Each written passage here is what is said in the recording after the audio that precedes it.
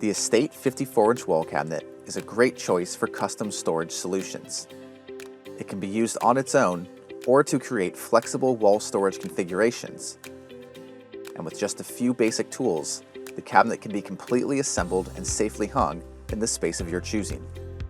Before you begin, gather the following tools that are needed for proper assembly.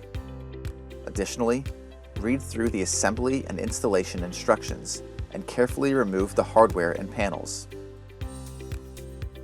Pay particular attention to avoid discarding the back panel of the cabinet. First, determine the direction of the door swings and place the hinge plates accordingly.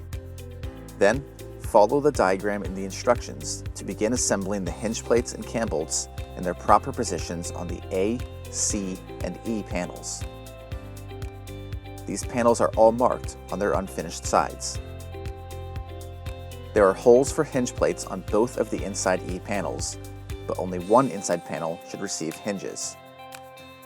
This is determined by which direction you want the center door to open once assembled. On the top and bottom C panels, hardware should be installed on both sides. Install the cam locks on one side, and then flip over to install the cam bolts on the opposite side. Once all the hinges, cam bolts, and cam locks are installed, attach the two inside panels to one of the top C panels. Tighten the cam locks by turning in a clockwise direction. The inside E panels should have the hinge plates facing the center and the raw, unfinished sides facing up. Secure the panels together using 4 of the provided 1 5/8 inch screws. Place the second C panel in position as a bottom panel with the raw, unfinished side facing up and tighten the cam locks. Secure in place with 4 more of the 1 5/8 inch screws. Next, attach one of the side A panels with the grooved side on top. You will notice the side panel will be slightly taller than the other panels. Secure into place by tightening the cam locks. Take each of the 2 hangrail panels and attach the cam locks and plastic dowels on both sides.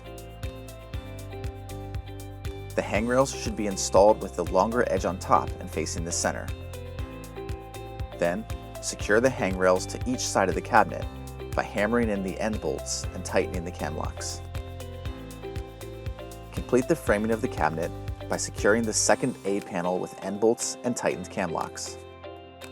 At this point, you'll notice a thin gap between the hangrails and the top and bottom panels. With the raw unfinished side facing up, slide the back panel into that narrow gap beneath the hangrails until it is flush at the top and the bottom. Secure it into place by screwing 8 of the 1 5/8 inch screws through the allotted holes in the hangrails. Now you can hang the cabinet in place with a temporary cleat. It is important to note that this is a temporary solution only and should not replace permanently securing the cabinet to the wall studs. First, locate the wall studs, mark their location, and run a long piece of tape up the stud to make it easier to see. Place the cleat 3 3/4 inches below where you plan to hang the top of the cabinet. Then secure the temporary cleat to the wall with number 10 by 3 inch screws at the stud locations and set the cabinet on the temporary cleat. To ensure long-term stability, you must now fasten the cabinet securely to the wall studs through the hangrails at the top and bottom of the cabinet.